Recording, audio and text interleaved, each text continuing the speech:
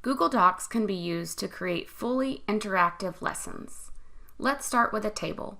Click on Insert, Table, and choose the number of rows and columns needed. Cells within a table can be merged.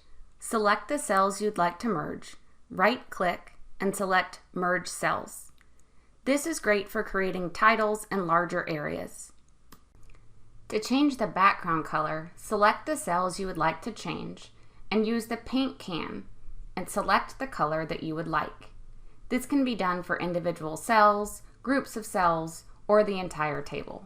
All text formatting options are also available within the table. Using titles and headers creates a clickable guide on the left-hand side of the document so that users can easily jump from section to section. You can also link to those headers and titles.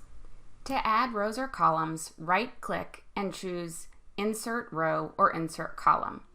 To add multiples, select multiple rows or columns before inserting.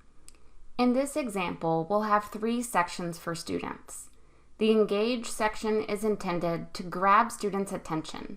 Here, we're going to add a video. Then in the Explore section, students will do their learning.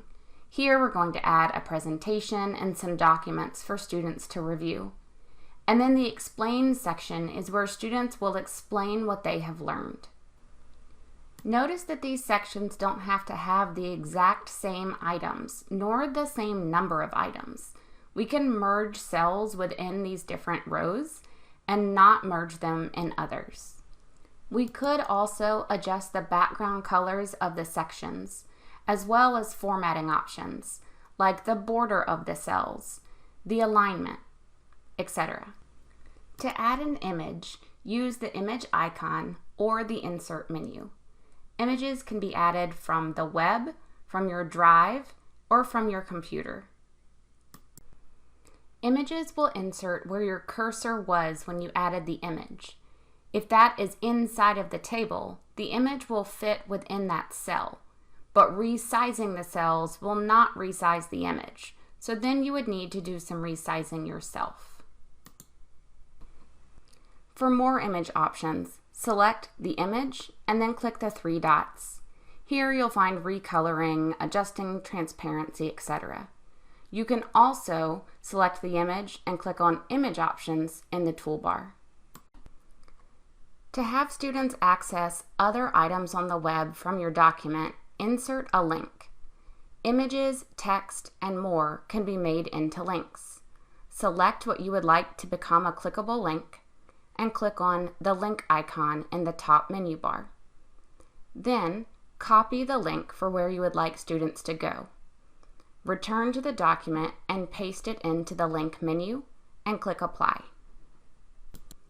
Google Slides can be added to documents in multiple ways.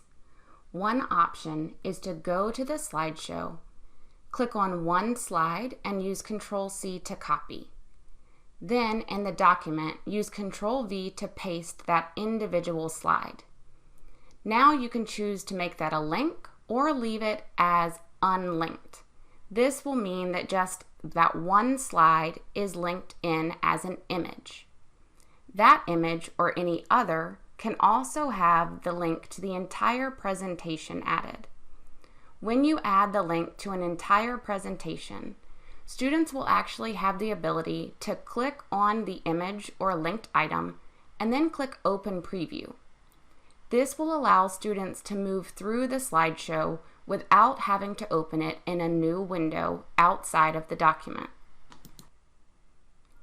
Videos from the web can also be linked to text or to an image. This means that when students click on the item that's linked, the video will open in a new tab. Alternately, you can add a video to a Google slideshow. From a slideshow, use the Insert menu and click on Video. Here, videos can be added from YouTube or your Google Drive. You can determine the start and end time for the video so that students will see only what you want them to. Make sure that you adjust the share settings on your slideshow so that students will be able to view it. Copy the link for the entire slideshow. In your document, add an image or text that you would like to be the link. This will allow students to preview the slideshow like the ones we talked about earlier, but here they'll also be able to watch the video from inside of your document. Remember that using headers allows students to easily click through different sections of your interactive document.